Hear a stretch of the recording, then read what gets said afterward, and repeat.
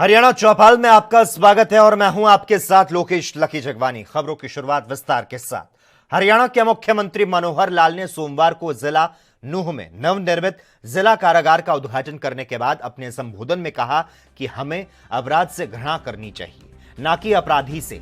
ऐसे में अपराधियों के सुधार के लिए जेल परिसर में बेहतर वातावरण बंदियों को दिया जा रहा है। उन्होंने कहा कि अपराधी को भी सुधार का मौका मिलना चाहिए। उन्होंने कहा कि जेलों में बंदियों के शारीरिक विकास के लिए खेल मैदान तैयार किए जाएं। प्रदेश में अच्छी जेलें बनाई जा रही है और बंदियों को सभी जरूरी सुविधाएं उपलब्ध करवाई जा रही है। मुख्यमंत्री ने प्रदेश की 20वीं जेल के रूप में शुरू हो रही जिला नूंह जेल परिसर में घोषणा की कि पुलिस विभाग की तर्ज पर जेल वार्डन के रूप में 18 साल की अच्छी सर्विस करने के बाद वार्डन को एग्जैम्प्टी हेड वार्डर बनाया जाएगा। उन्होंने कहा कि जेल अधीक्षकों को अन्य अधिकारियों की तर्ज पर सरकारी कार्य के लिए वाहन मुहैया कराए जाएंगे। अब एक तरफ जेल है, एक तरफ सुधार घर है। जब मैं सुधार घर की बात सोचता हूं तब लगता है कि नहीं, एक अच्छा काम करने के लिए एक स्थान है, तो उस प्रकार के स्थान की कल्पना करें तो लगता है कि सुधार घर के लिए जितने अच्छे प्रयत्न किए जाएं उतने अच्छे हैं, फिर ये शुभ भी है। तो भी विचार करने लायक बात यह है कि हमारा समाज, इस समाज की व्यवस्थाएं अच्छी बने, ठीक बने।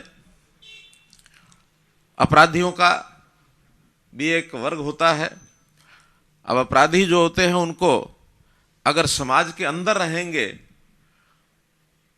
तो कहीं ना कहीं उस अपराध को बढ़ावा मिलेगा।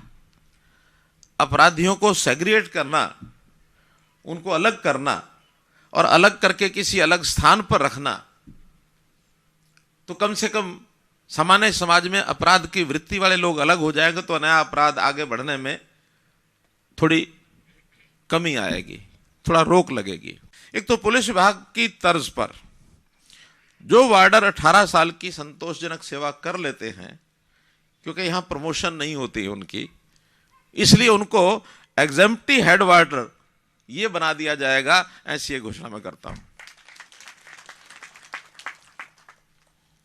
इसी प्रकार जेल अधीक्षक और ऊपर के जो स्तर के अधिकारी हैं, अभी वर्दी नहीं मिलती, उनको वर्दी नहीं पहनते हैं, तो उनको वर्दी का अलाउंस दिया जाएगा ताकि वो भी वर्दी पहने और वर्दी का एक स्वाभिमान होता अपना। तो ये एक काडर जो है, ये जेल अधीक्षक का, ये भी एक ड्रेस्ड यूनिफॉर्म्ड फोर्स के नाते से, और ये पहचान इनकी बने, इसलिए इनको वर्दी के लिए भी जो सरकारी सहायता है वो दी जाएगी। और इसी प्रकार से इनको भी कई बार आना जाना पड़ता है कोर्ट्स में, इधर उधर, इनके पास वाहन नहीं है अभी तक। तो ऐसे जितने जेल के अधीक्षक हैं इन सबको वाहन भी उपलब्ध कराया जाएगा ताकि इनको आना जाना कहीं पड़ता है तो उसकी सुविधा भी इनको मिल सके। एक बात और ध्यान में आई है कि राष्ट्रपति मेडल हमारे कई विभागों के लोगों को मिलते रहते हैं। खास करके पुलिस विभाग में जब राष्ट्रपति मेडल मिल जाए तो उनकी सेवा को कई बार कुछ सालों के लिए एक्सटेंड करने का प्रावधान है, वो जेल विभाग में अभी नहीं है। तो राष्ट्रपति पुरस्कार यदि किसी को मिलता है, इस प्रकार के विशिष्ट सेवा पदक दिए जाते हैं पुलिस की तर्ज पर, उनको भी प्रोत्साहन के लिए नौकरी में एक्सटेंशन, विस्तार ये दिया जाएगा। हरियाणा के उप मुख्यमंत्री दुष्यंत चौटाला ने कहा कि राज्य सरकार राज्य के ग्रामीण क्षेत्रों में लगभग 14,000 तालाबों का आधुनिक तकनीक से जीर्णोद्धार करेगी, जिसके लिए 600 करोड़ रुपए की राशि जारी की गई है। उन्होंने कहा कि पहले चरण के तहत करीब 4,500 तालाबों के पानी की सफाई के लिए हरियाणा जल संसाधन प्राधिकरण को निर्देश दिए गए हैं। उन्होंने कहा कि नई तकनीक की मदद से ऐसी व्यवस्था बनाई जाएगी ताकि तालाबों का पुराना पानी कृषि क्षेत्र में इस्तेमाल होता रहे और नहरों का नया पानी तालाबों में बहता रहे। उन्होंने कहा कि कई गांवों के गलियों में पानी भर चुका है और गंदे पानी के निस्तारण की कोई स्थायी व्यवस्था नहीं है, जिससे कई बार लोगों के बीच झगड़ा हो जाता है। इसके समाधान के लिए सरकार ने यह निर्णय लिया है।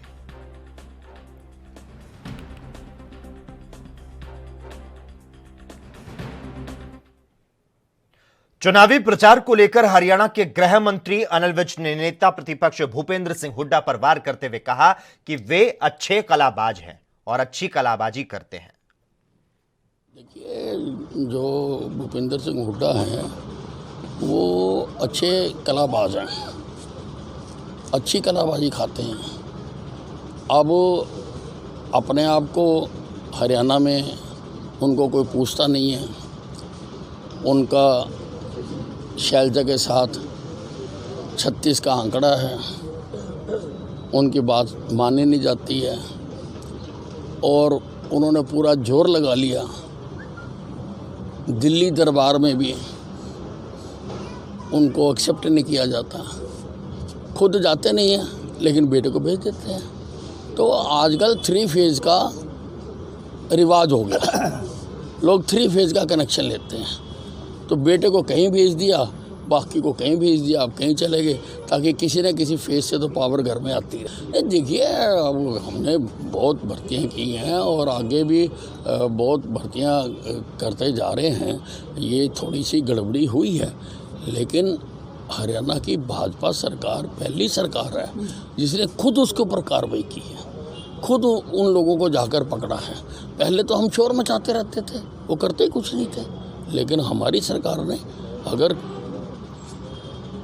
70 साल में जो ढांचा हिंदुस्तान में तैयार हुआ है, जो कल्चर तैयार हुआ है, वो 7 साल में पूरा तो नहीं बदल सकता। हमने बदला है, हम बदल रहे हैं और बाकियों को भी हम ठीक करेंगे और बदलेंगे। ऐसे लोगों का तो जनता को पूरी तरह से बहिष्कार करना चाहिए। जो अपने देश की सेना पर शक करते हैं, रात को घर में चैन से सोते हैं, वो बर्फ़ की चोटियों पर खड़े होकर पहरे देते हैं और उनसे सबूत मांगे जाते हैं। ऐसे लोगों को तो राजनीति में तो बिल्कुल इनको दुत्कारना चाहिए और वहाँ के लोगों को इनका टोटल बायकॉट करना चाहिए। इसका बीज कांग्रेस ने बोया, हिंदुस्तान का हिंदू और मुसलमान के आधार पर विभाजन करवा के 10 लाख लोग मरे थे। फिर 1984 में सिखों का कत्लेआम करवा के। तो ये जो विभाजन का बीज है, ये समय समय पर कोई ना कोई रूप लेके सामने आता रहता है। कभी वो हिजाब का रूप लेके सामने आ जाता है, कभी आतंकवाद का रूप लेके सामने आ जाता है, कभी किसी और तरह का रूप सामने लेकर आ जाता है, लेकिन इसकी जन्मदाता कांग्रेस है। जिस दिन आज पुलवामा की शहीदों की बरसी है, तो क्या कहना चाहेंगे? नहीं, उनको नतमस्तक है, सारा देश नतमस्तक है। उनका तो जो कुर्बानी है। हरियाणा के मुख्य सचिव संजीव कौशल ने निर्देश दिए कि हरियाणा में खेलो इंडिया यूथ गेम्स 2021 का आयोजन मार्च माह के अंत तक करवाया जा सकता है। उन्होंने कहा कि खेल स्टेडियम में सभी प्रकार की सुविधाएं निश्चित समय अवधि में सुनिश्चित की जाएं। उन्होंने संबंधित अधिकारियों को निर्देश देते हुए कहा कि इन खेलों के आयोजन से संबंधित अगर कहीं आधारभूत संरचना के निर्माण में कोई कमी है तो उसे तुरंत दुरुस्त किया जाए। सभी संबंधित विभाग आपसी तालमेल के साथ इन खेलों को सफलतापूर्वक आयोजन करवाएं। उन्होंने ये भी निर्देश दिए कि खेलो इंडिया गेम्स के लॉन्च समारोह का आयोजन कोविड-19 के नियमों की अनुपालना करते हुए किया जाए।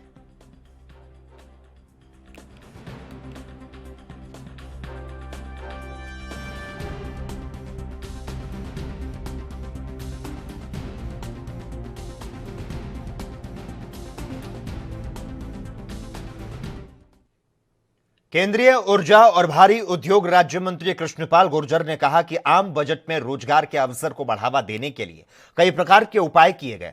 स्टार्टअप्स को बेहतर अवसर दिए जा रहे हैं, रोड का तेजी के साथ विकास किया जा रहा है। वहीं गुरुग्राम फरीदाबाद के बीच मेट्रो सेवा के विस्तार को लेकर डीपीआर बन चुकी है। उन्होंने कहा कि प्रधानमंत्री ने जो कहा था उसे पूरा किया जा रहा है। उन्होंने कहा कि कोविड-19 महामारी के बाद भी देश की अर्थव्यवस्था थोड़े से उतार चढ़ाव की बात अगर छोड़ दी जाए तो स्थिर रही है।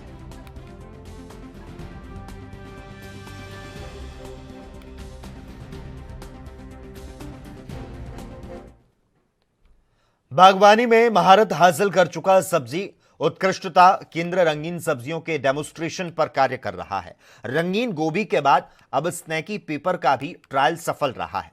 शिमला मिर्च जैसी दिखने वाली रंगीन स्नेकी पेपर बागवानी की दुनिया में एक नया आयाम स्थापित करेगी, जो अभी रेड, ऑरेंज और येलो कलर में है। सब्जी उत्कृष्टता केंद्र के आउटलेट सेंटर पर स्नेकी पेपर 120 रुपए प्रति किलोग्राम की दर से बेची जा रही है। अगर विशेषज्ञों की माने तो सीईवी पर पहली बार स्नेकी पेपर का प्रदर्शन प्लांट लगाया गया, जिसके परिणाम सार्थक रहे। स्नेकी पेपर कम खर्च में लाखों का मुनाफा देने वाली फसल है, बशर्ते किसान पॉली हाउस में किसी तरह की लापरवाही ना बरते। स्नेकी पेपर शिमला मिर्च जैसी सब्जी है। जहां शिमला मिर्च का आकार मोटा होता है, वहीं स्नेकी पेपर का आकार करीब 3 से 3.5 इंच लंबा होता है, जिसका स्वाद हल्का मीठा होता है।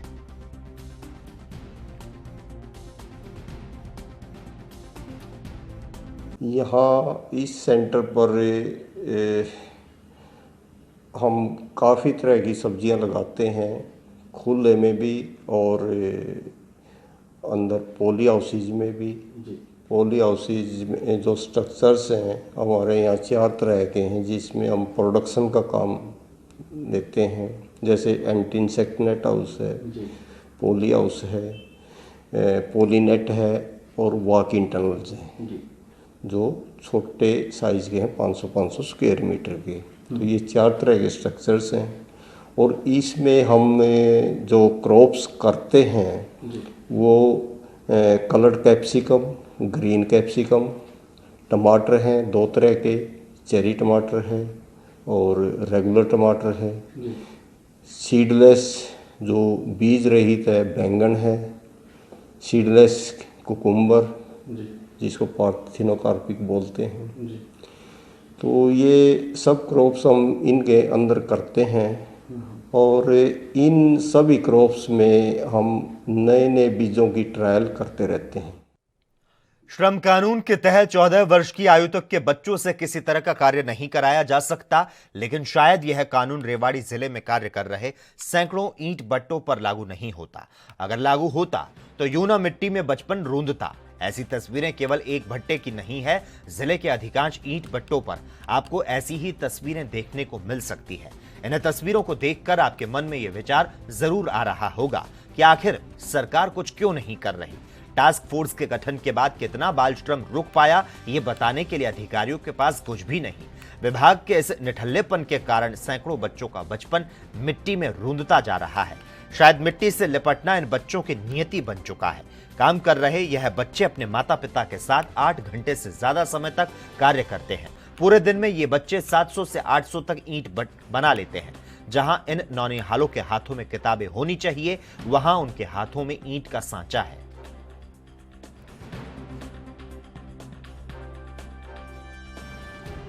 शेष नारायण। कितनी ईंटें थाप लेते हो आप यहाँ? 500-600 ईंट रोज का कर लेते हो आप? अच्छा, पापा कितना ईंटें थाप लेते हैं? पापा 1000 का और आप 500? अच्छा, तो कभी पढ़ने लिखने के मन में नहीं करता? पढ़ने के लिए करता है, फिर क्यों नहीं पढ़ते आप? स्कूल ही नहीं खुलता है कोरोना वायरस की वजह से। Corona virus. अगर स्कूल खुलता होता तो कहाँ पढ़ते हो आप? अपने गांव में। गांव में। अब कोरोना कितने दिन से बंद है स्कूल? अभी 3 साल हो गए। 3 साल से आप यहीं लग रहे हो? नहीं, तो अभी हमको 3-4 महीने भय आए हुए यहाँ। तो सारे दिन आप ईंटें बना देते हो, थकते नहीं हो? शायद थकते हैं तो क्या करें मजबूरी में। हाँ। जैसे जनता वैसे निकलता है। अंदाजा एक सांचेदार कितना निकाल देता है? अब एक सांचा तो हाँ, आज एक आदमी ही नहीं तो 1500, 1400, 1600 निकालता है।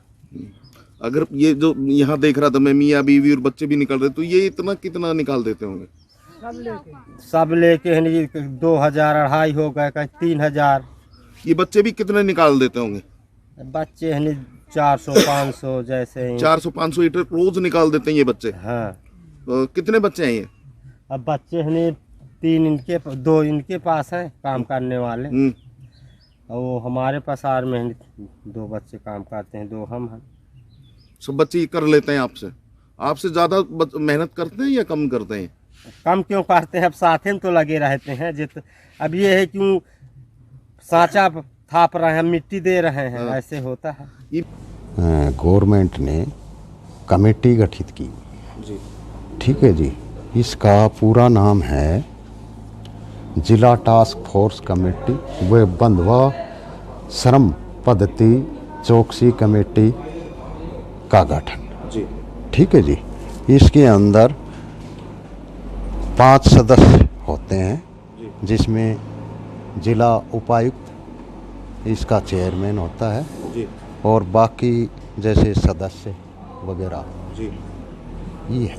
ये टास्क फोर्स कब बना था और उसने क्या कुछ अभी तक अचीवमेंट हासिल किया है? टास्क फोर्स एक्ट के मुताबिक है, जैसे 1986 में जैसे बाल श्रमिक अधिनियम कानून बना, उसके तहत।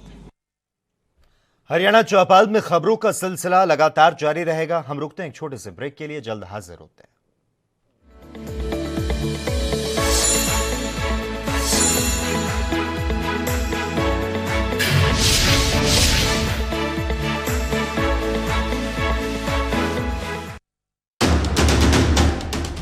राष्ट्र धर्म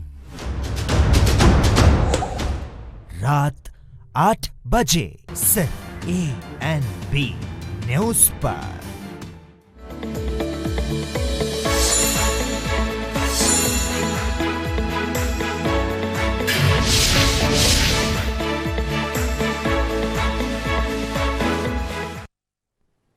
ब्रेक के बाद हरियाणा चौपाल में एक बार फिर से आपका स्वागत है।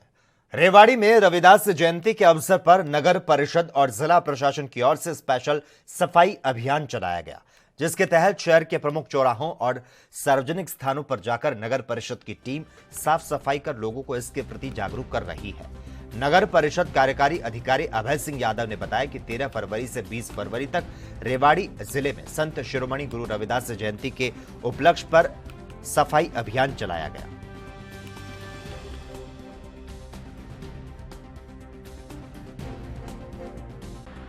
और 20 के बीच में जो हमारा अभियान चल रहा है, नगर परिषद रेवाड़ी की टीम जगह जगह पर इस प्रकार के विभिन्न कैंपेन चला रही है और इसमें जो भी सबसे जहाँ पे ज़्यादा गंदगी पाई जाती है वहाँ पे हम लोग जाकर सफाई अभियान अपना चला रहे हैं। हमारी पूरी टीम बड़ी मेहनत से उस जगह को साफ कर रही है और लोगों को इसके प्रति जागरूक भी कर रही है। केवल सफाई करना ही नहीं बल्कि लोगों को जागरूक करना और लोगों को इस अभियान से जोड़ना भी हमारा मकसद है। देखिए, हम लोगों को जागरूक कर रहे हैं। सबसे पहला तो जागरूकता का जो पहला जो चरण है वो तो यही है कि हम लोग जाके लोगों के बीच में झाड़ू लेकर हम सफाई कर रहे हैं। हम उनको बता रहे हैं कि जब हम किसी एरिया को साफ कर सकते हैं, हम किसी दूसरे एरिया में जाके सफाई अभियान चला सकते हैं, तो कम से कम प्रत्येक नागरिक को, प्रत्येक शहरवासी को अपने अपने एरिया की जिम्मेदारी, अपने अपने घरों दुकानों के आसपास की जिम्मेदारी लेकर शहर को स्वच्छ रखने में योगदान देना चाहिए। हम माइक के माध्यम से भी लोगों में अनाउंस करके भी ये बात लोगों तक पहुंचा रहे हैं कि सभी सफाई रखें और अपने शहर को स्वच्छ बनाएं। आज शहर में सफाई अभियान चलाया जा रहा है, जो कि माननीय शहरी स्थानीय निकाय मंत्री हरियाणा सरकार के आदेश अनुसार गुरु रविदास जयंती के पावन पर्व पर समुचित ढंग से मनाने हेतु और सफाई संपूर्ण राज्य में महासफाई अभियान की शुरुआत की गई है। इसलिए सफाई अभियान जारी है। अनेक स्थानों पर सफाई अभियान चलाए जा रहे हैं। जो लोग गंदगी खिलाए, मेरी आम जनता से अपील है कि सफाई बहुत ज़रूरी है और खुले में कूड़ा वगैरह ना फेंकें। और हमारा पुलिस अधीक्षक अंबाला जश्नदीप सिंह रंधावा के निर्देश के अनुसार अंबाला पुलिस द्वारा नशा तस्करी को रोकने हेतु चलाए जा रहे विशेष अभियान के दौरान पुलिस को कामयाबी मिली। थाना महेशनगर क्षेत्र के नजदीक नशीले कैप्सूल की तस्करी के मामले में CIA 2 के पुलिस दल ने उप निरीक्षक वीरेंद्र कुमार के नेतृत्व में कार्रवाई की। इस दौरान एक आरोपी को 2880 नशीले कैप्सूल सहित गिरफ्तार करते हुए थाना महेशनगर में मामला दर्ज किया गया। आरोपी को माननीय न्यायालय में पेश किया गया और रिमांड पर दिया गया है।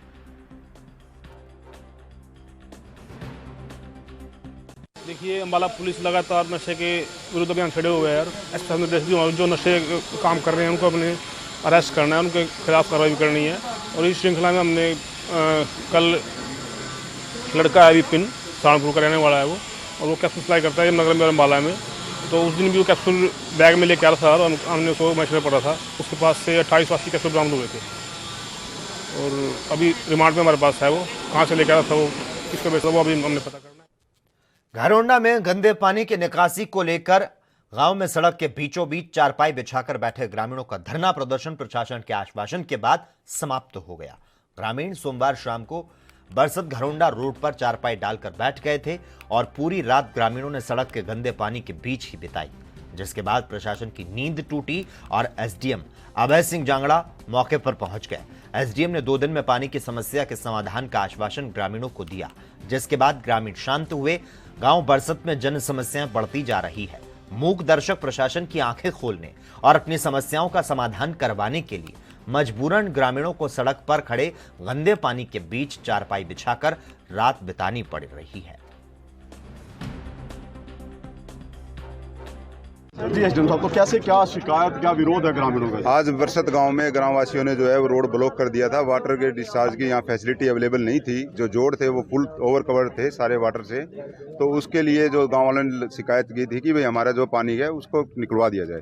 तो मैंने अभी आया हूँ, मैंने एक्शन को और सभी को बुलाया एसडीओ को, तो उन्हें वाटर लेवल चेक करके आज या कल में यहाँ गाँव में काम शुरू करवा देंगे। ग्राम पंचायत पे आरोप लगे, करोड़ों रुपए सरकार की तरफ से मिला था लेकिन सही तरीके से नहीं लगाया। नहीं, अभी मेरे पास ऐसी कोई शिकायत नहीं आई है। ग्राम पंचायत का ऐसा कोई शिकायत नहीं है। सभी लोग कह रहे हैं जी पानी का डिस्चार्ज नहीं है। सर आपके सामने अभी सामने मेरे को किसी ने नहीं दी, आपके सामने है सभी लोग। ऐसी कोई शिकायत।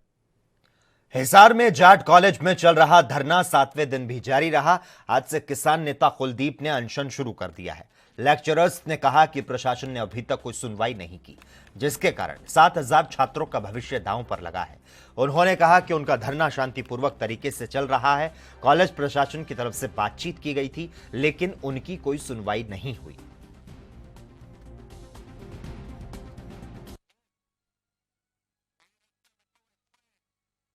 सर, आज हमारा धरने का 7वां दिन है। हमारा धरना जो है वो 7वें दिन में प्रवेश कर गया है।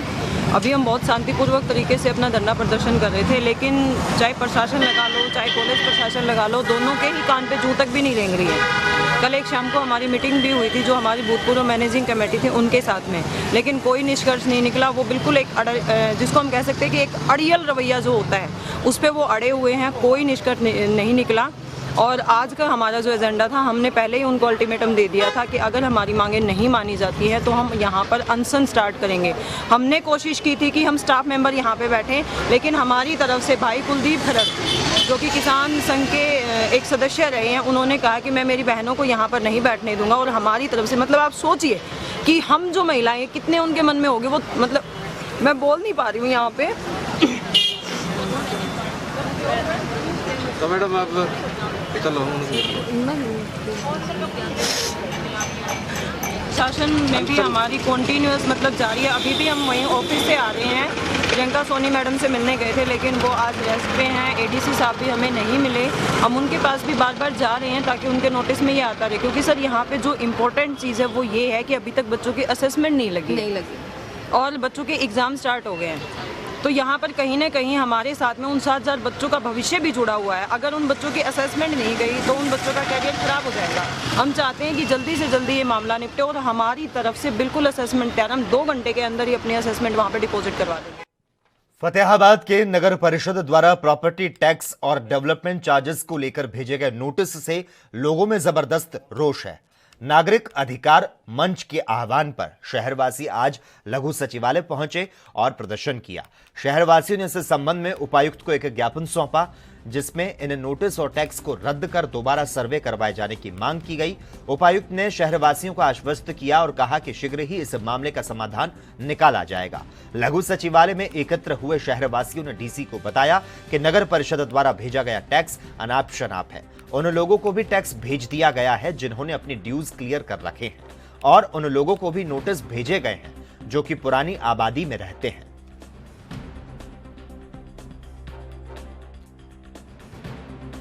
आज हमने डीसी साहब को जो ज्ञापन दिया है, शहर के अंदर प्रॉपर्टी टैक्स और जो डेवलपमेंट चार्जेस के जो नोटिस आए हैं एसएमएस के मार्फत 10 तारीख को सरकार की तरफ से, उसके लिए उसके ऊपर शहरवासियों में काफ़ी रोष है, गुस्सा भी है कि काफ़ी लोगों ने जो है वो डेवलपमेंट चार्जेस भर रखे हैं। और ऐसी कॉलोनियां हैं जो 1975 से पहले डेवलप हो चुकी हैं, जिन पर ये डेवलपमेंट चार्जेस लागू ही नहीं होता।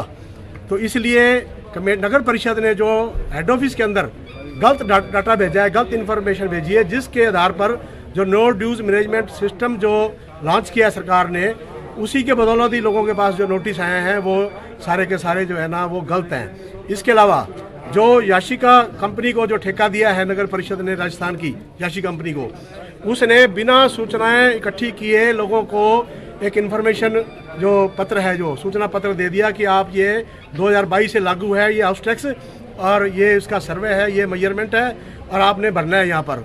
वो सारे के सारे गलत हैं।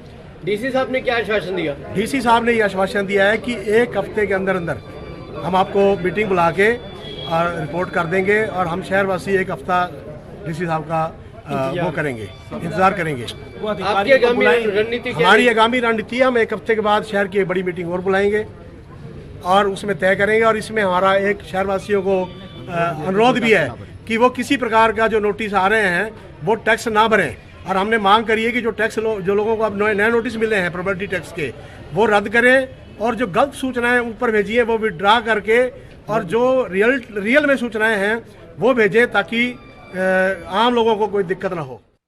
और इसी के साथ ही हरियाणा चौपाल में बस इतना ही। देश और दुनिया के तमाम अहम खबरों के लिए लगातार आप देखते रहिए ANP न्यूज।